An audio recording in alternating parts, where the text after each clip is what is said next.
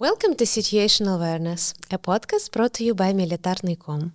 I am your host Valentina Kuzik, and today we are meeting Ihor Fedirko, CEO of the Ukrainian Council of Defense Industry, that unite associations and unions of manufacturers of weapons and military equipment, creating a single platform for cooperation with the state, the army, and international partners.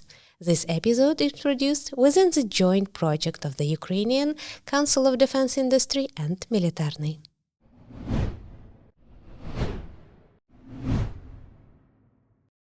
Welcome to Situational Awareness Podcast, Ihor. It's so nice to have you here. Thanks a lot. And thanks for finding times. I mean, everything is happening in Ukraine now, and different, news we have, and also the start of the export process. It is very important to us. So let's start. You are the CEO of the Industry Association. Tell us a bit more about this unique association of associations. Who are your members, and what's so special about the organization? Yes, we have our own specialty. So we unite mostly associations and venture funds which work in our domain of defense industry. So in total, we unite 6 associations and 1 venture fund. And also in total, we unite more than 300 companies from our private defense industry. You know that we have like a state-owned companies. Right. I am nearby 74, 80 companies, and from private sector it's close to 800. That sounds a lot. And what services do you provide to those companies and basically the venture fund? Yeah, so first of all, for us, it's we are really interested in our in our main domain. It's GR, government relationship. So we are trying to adapt our legislation to the new adapt them to the new reality in Ukraine. That's how we grow so fast. From 2022, we have just 6 private companies, and right now we have 800. And it was impossible without breaking these bureaucracy walls. So every time we change our legislation, our rules inside our country, and that's how we grow so fast. It's first. The second main thing is international relationship, but last 4 years it was so difficult because of export restrictions. We know that export was closed, and but our president announced that now we starting to open that. Right now we also are a part of people and institutions who shaped the form and the mechanism of export. And I hope that in the end of these months, we will see the first steps. By saying first steps, what exactly do you mean? So for me, I want to be more practical. So that's why I want to see the first negotiation about military co-production through the mechanism which we named Build with Ukraine and Build in Ukraine. Build in Ukraine work right now. We have some joint ventures here in Ukraine, in our soil. But if we talk about the military co-production abroad, in this domain we have some problems. So we have just 1.5 case. So first of all, it's our main producers of deep strikes, Firepoint, which has their own military co-production in Denmark. And now we know that Ukrspace Systems, I think it's one of the biggest our manufacturers of recognition drones, fixed wing. So the company announced that they will spend more than £200 million for their own facilities in Great Britain. And I hope that they will start co-produced at the start of the next year. So both cases that you mentioned is actually producing abroad with Ukrainian technology. Is that right? Sure. Yeah. So it's is export is only about exporting the technologies, not building in Ukraine, or those are separate two programs? So first of all, we not talking about the export of intellectual property and technology. We will export our knowledges about scaling of our production. So first of all, and after that, I hope that like during next few years, we will localize not more than 80% of our knowledges and our technologies abroad in our military co-production, so in our joint venture. And I know that we have to leave 20% of critical components which we produce in Ukraine for, like control all these weaponry which we produce abroad. Okay, are you also dealing or in any way facilitating the production in Ukraine, but with the foreign investment or with the foreign technologies? Like we do have already those examples of German companies like acquiring some of the Ukrainian companies or building facilities here. So, it's, if we compare the investment market in Ukraine, it's not so big. So we have our own research, which said us that during last 3 years, we invest not more than $150 million in our defense industry. Right. And in 2022, it was just $500,000. 2023, it was close to 20 million. 2024, it was close to 50. Now, in 2025, it's close to 100 millions. And our forecast for 2026, I hope that it will be close to $250 million just in our military defense industry. But also, that ZBROYA established the new project with the European Union, and it will be like the main accelerator, and both of them collect not more than $100 million for invest in our defense industry.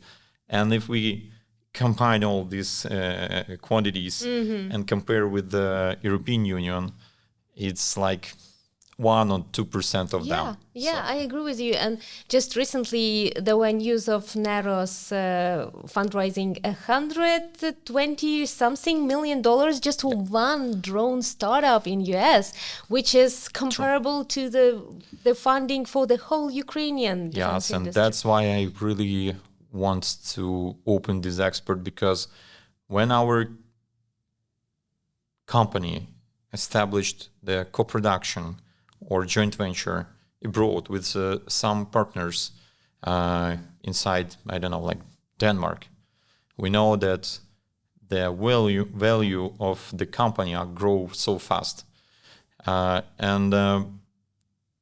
it's still not the same money if we compare with startups in United States or European Union, and that's why we have to grow this cooperation and grow our companies, because I want to bring them to international defense industry, to grow them fast, to grow them stable, to make this sustainability. And I want that after some times our defense industry will be the part of collective defense industry of Europe, I hope. This is more about the standards, financing, supply chains, and many, many others. And we just in the start of that, we have to learn a lot about the defense industry ecosystem in Europe and in the United States. We have to know how to work with them, because they're totally another. They're maybe they're not so fast and quick, but they have their own standards, production culture. And when we will mix these two things with our expertise and experience, which we get from our war, it's a pity, but it's our reality. And when we combine it, I think that we will produce something new type of weaponry which can defend our country and also the democracy around Europe. So this is my main mindset. That's a great point. And how we can help our companies not to be lost in these European markets? Because from what I hear, and you explained that those bigger companies already established, as you mentioned already, with bigger funding, with set up production processes probably like more efficient than ours, they can basically acquire and manage Ukrainian companies. And how we can help, and your association obviously help the companies, to hold their interest. Yes. So first of all, our main values, it's our knowledges, our expertise, experience. Mm-hmm. And I think that Ukrainians, one of the best people in the world who knows how to scale really fast. This is our strength. Mm-hmm. And I think that, I know exactly that the European companies from their defense industry, they want to get this expertise and experience. And the main thing that we have to know that we have to establish the new type of cooperation. And this is have to based on win-win strategy. It's impossible to come to European markets, German market or Swedish market, French market, and say that, guys, I have amazing product. Mm-hmm. It's battle-proven product. We know them. We have a huge experience, etc. And we want to sell it here in your market. It's impossible. We know that. First of all, it's a huge problem with the relationships. It's a huge problem, will be a huge problem with our reputation also. That's why we have to learn how to work together with our European partners.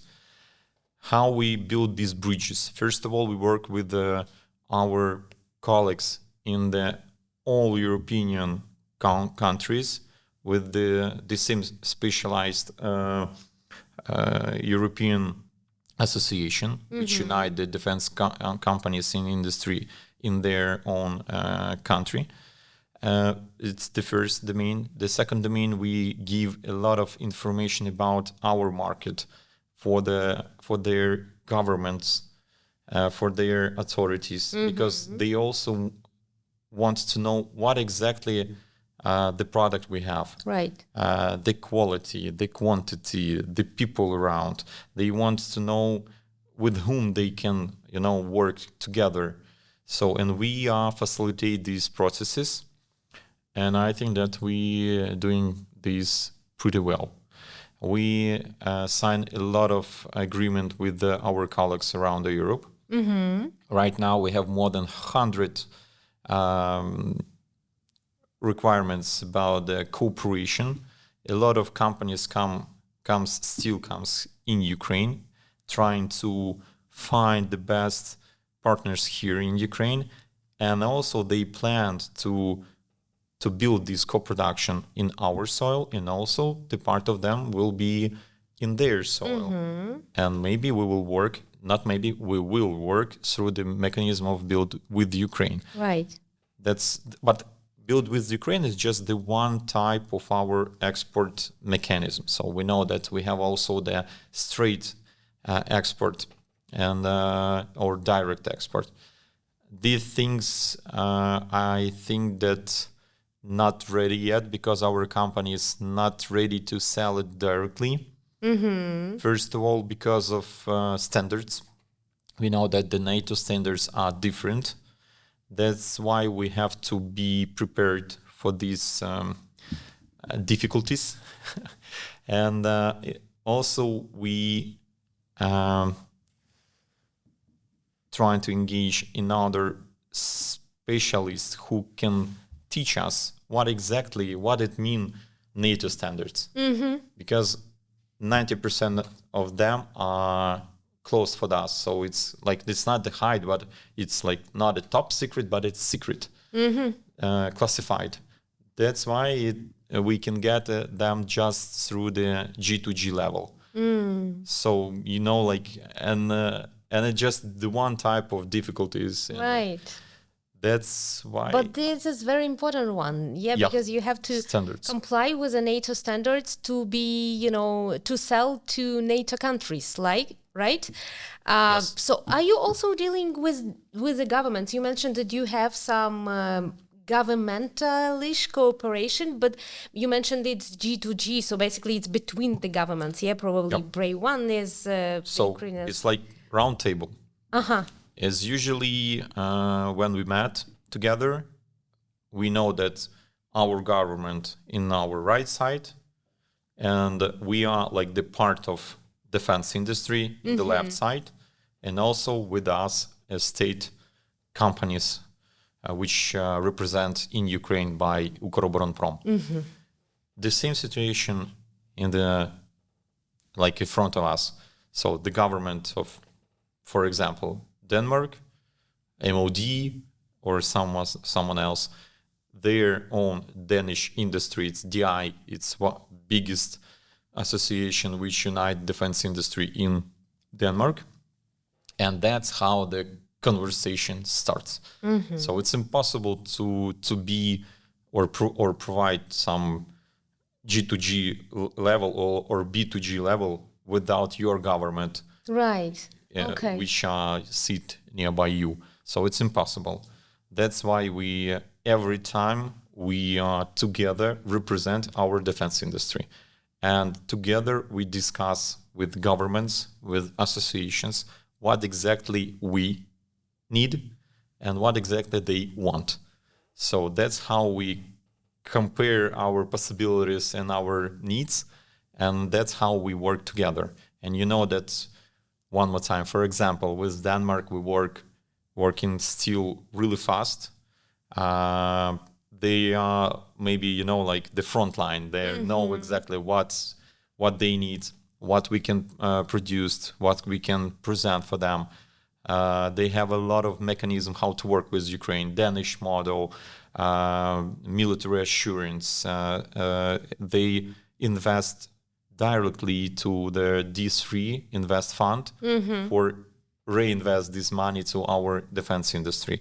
So I think it's like the best role model for another European country. And sometimes then we proposed in other countries to look on this model. They a bit like nervous that Denmark, one more time Denmark. We know, but they're really fast. If we talk about the cooperation between Firepoint and Denmark and Ukraine, Denmark, it's the first time in our history that some European country are faster than we. So they adopt their own legislation for this type of cooperation faster than we, and for us we was surprised. That's very interesting. And when you're describing that you're sitting at the table with government representatives and state companies working on defense, so Ukraine developed like this great ecosystem of defense, right? What is lacking from your perspective in this kind of ecosystem? Are we lacking any players or mechanisms? Just the money. It's a pity, but just the financing. So in 2024, our defense industry can produce for more than $20 billion. In 2025, $35 billion.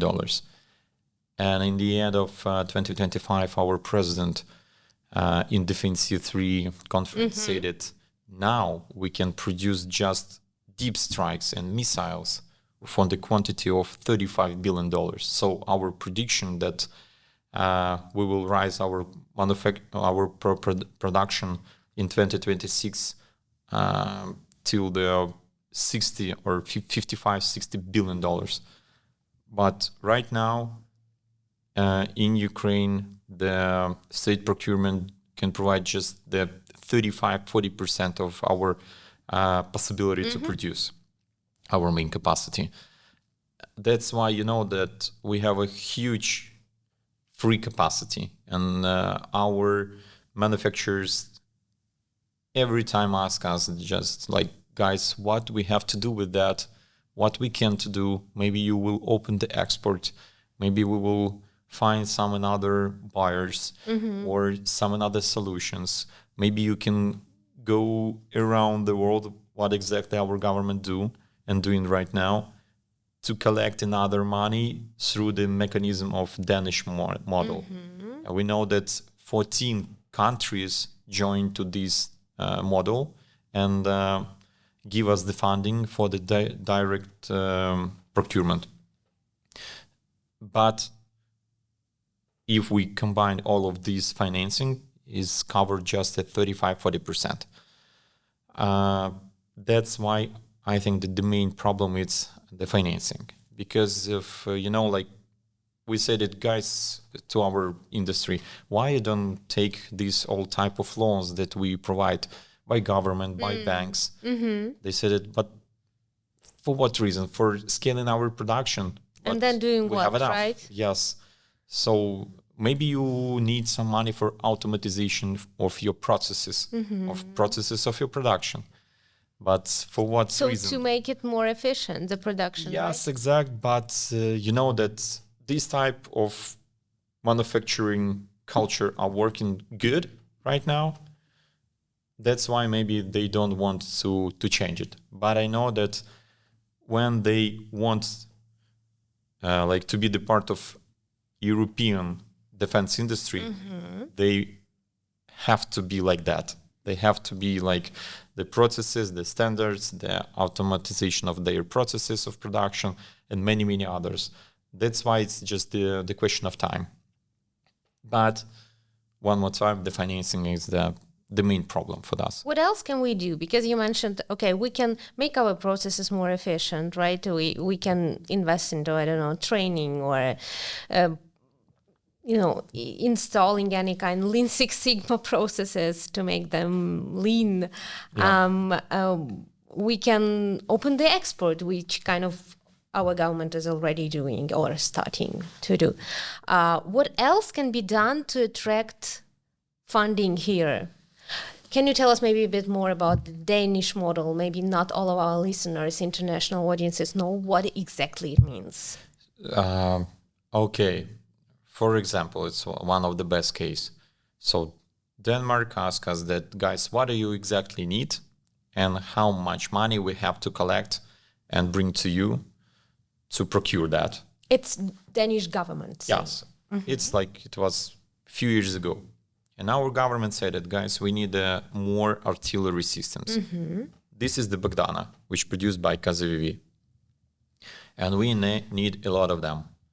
Right now, they can produce more than 35 to 45 of these Horvitzes per month. So it's 2 times more than all Europe produced by 1 month. And we know exactly how much money we need. And they collected this money by their own. And is it state funding or private funding as well? No, it's state funding.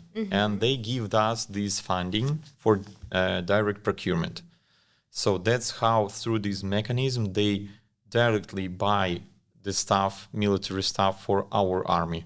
So they give the money to our government buying by this Horvitzer and give it to our armed force. After that, they buy a lots of shells, drones, and many, many others. And when in other countries looking on these processes, they know that this is really effective, and they start to join to this mechanism. And now we count them more than 14 countries which give us the money through this mechanism. And we are really appreciated. So the question is like, what we have to do? Yes. First of all, what exactly the export will give us? So this is like the extra money for our own manufacturers. So we know that after that, they will spend more to their R&D. It's really necessary because the product changes many times during just a few weeks. So that's why we have to be quick on these processes. The second one is that the production will scale, so and the price will be decrease. That's why it's also interesting for us, for our country, and for our armed forces. And also, they will pay the extra taxes. These extra taxes we will collect to our main fund, which after the accumulation this money, they will spend for the production, military production inside our country. That's why we are I hope that our country will win, and I know that it's like our one of the strategy how we can get more extra money for our procurements. And also we know that after the military co-production, which we established in the soil of our partners around Europe, the half of this production will be donated to our armed forces.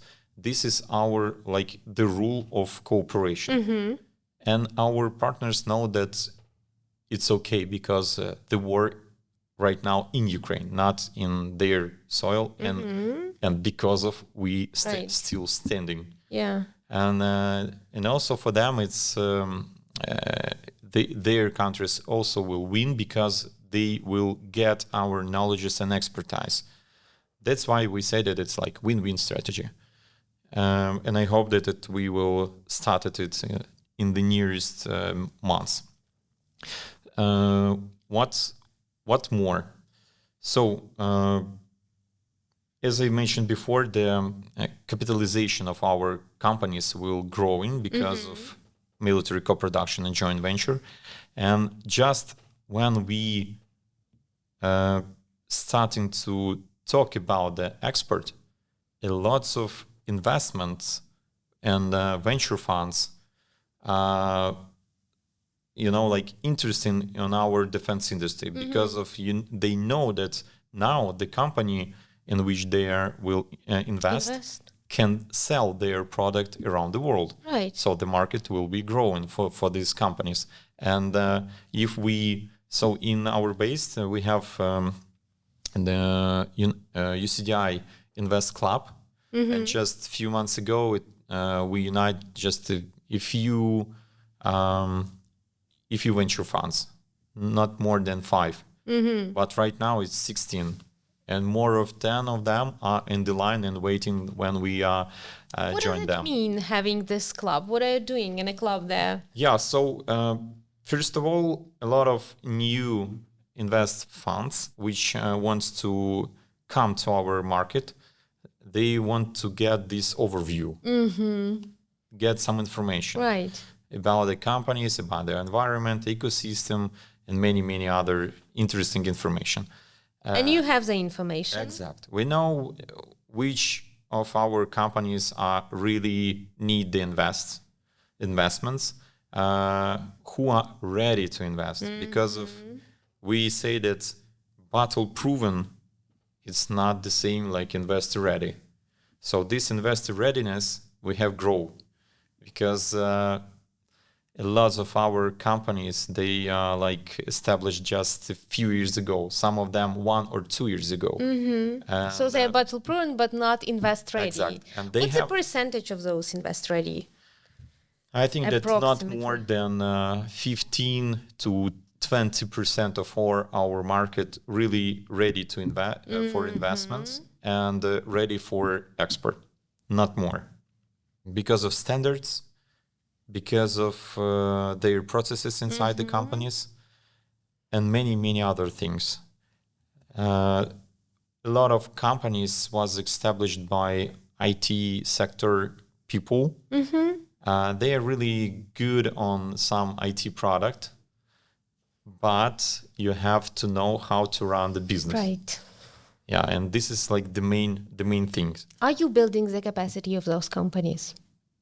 we trying to help into doing our best, and also we grab all this information and experience from our Invest Club, and we ask them to teach our defense industry how to be investor ready, how to work with the investors, how to work with the European countries, European companies, and also with the United States companies. And this is a huge work. It sounds like a very useful service for Ukrainian defense industry. Like it's our mission. Yes, exactly. The service. I want to create the main window where our partners can get all the information, and our industry also can get any information what they really need. And mix them, combine them, building the bridges. And all these processes are amazing, and I'm so really excited to do that. Yeah, I do believe, because this is a very exciting mission. How your mission differs from what ZBROYA is doing, because it seems like they are doing the same, but they are a governmental structure. Yes. First of all, ZBROYA it's the state project.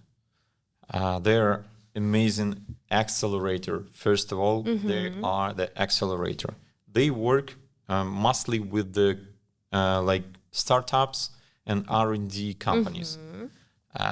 They invest in them, teach them a bit, and also provide some information also. But we know that if we can do more, and if we can do the right partner for the ZBROYA, I will do that, and I'm doing that. And our association also provide any information. We established some spatial project together. We support each other.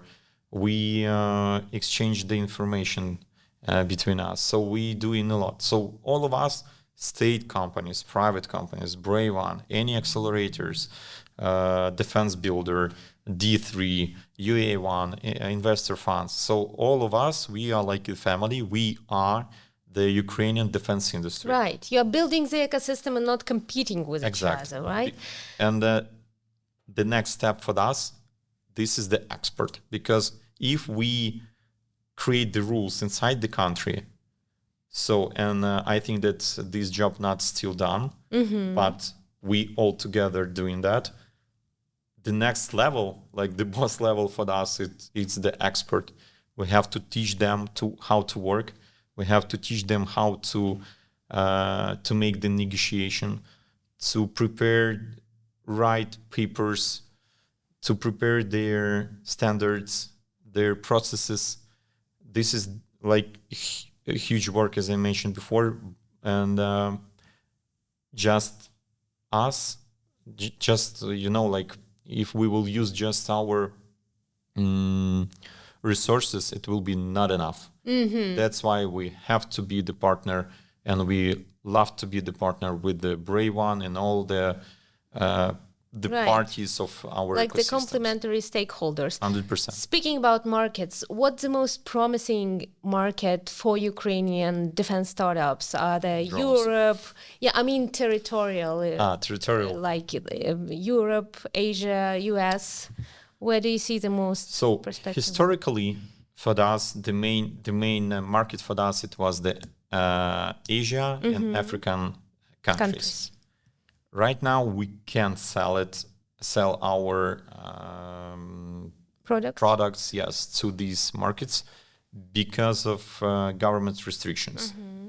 The government said that we can work through the export mechanism just with our partners with whom we signed the security and defense agreements. Now we count not more than 28 countries. But I know that some countries such as Japanese, which are still close to us, shoulder by shoulder, they help us a lot with some civilian defense. I mean that they did and doing a lot for humanitarian demining. they trying to solve our problem with the electricity and many others. Yes, it's not the military equipment, but we know that the Japan is for us one of the main partner also, and we have to work with them because of this our win-win strategy. And I think that it will be more than 28 countries. Our National Security Council have to prepare this list of countries and send it to all our manufacturers to give them the quite knowledges with which countries we can work. Right. So but for this moment, especially it's our European partners such as Baltic countries, Nordic countries, Great Britain, Germany also, sure, United States, Canada. So it's like the short list. And, but it's a lot already. Yes. And as our president said, we will established our own ZBROYA offices in Berlin and Copenhagen. Right. Yeah, and what means ZBROYA? ZBROYA, it's the president of Ukraine project, which unite the private and the state defense industry companies. So we have to be unite, like an umbrella brand for what is Ukrainian manufacturing. Yeah. And we have represent our main voice of our defense industry. That's why I think it's one of the best project which will represent our defense industry. And through these offices, we will work with the defense industries of European countries, and I hope that we will establish them more. And I hope that I really hope that in the start of the next year we will hear about the first signed contracts and the first signed military co-productions. Yeah, let's hope for that. And the last question about what key lessons do you think NATO and EU countries can draw from the conflict that is happening on our soil? Let's name 3. Okay. So today in the morning we spent 1 hour with the huge Danish and European Commission mission here in Kyiv, and they asked me the same. What we have exactly do? At any panel session, at any conference, I say that you have to prepare your bureaucracy system to be more quick and fast. And the war are changing everything so fast, and if you can't adapt so fast, you will die. That's how we grow our defense industry. We broke all these bureaucracy walls, we built the new legislation, and we build it really fast. That's what you have to do, and have to every time remember that. So, bureaucracy, first of all. The second one, I think that the war is more close than you think. So, and you have to prepare well. And it's just not about the technical issues, like weaponry. It's also about your standards, about your vision of the new type of war. And we can share all our expertise and experience with our partners. But we have to create this mechanism how we can share this experience. And the third one, I think that we have to work with our people inside your countries. You have to not prepare them, not like scaring them, but to give them all these knowledges and clear understanding that the world is changed. We see how Russians, Chinese Iran, and this evil, they unite faster than European and democracy countries. Right. That's 3 things that we have to work on. Let's hope that your powerful message will be channeled through our podcast to our international audience. Also. Thank you, Ihor, for being with us today, and thank you for working on building this defense ecosystem, both for our country and for Europe, US, and the security of the whole democratic world.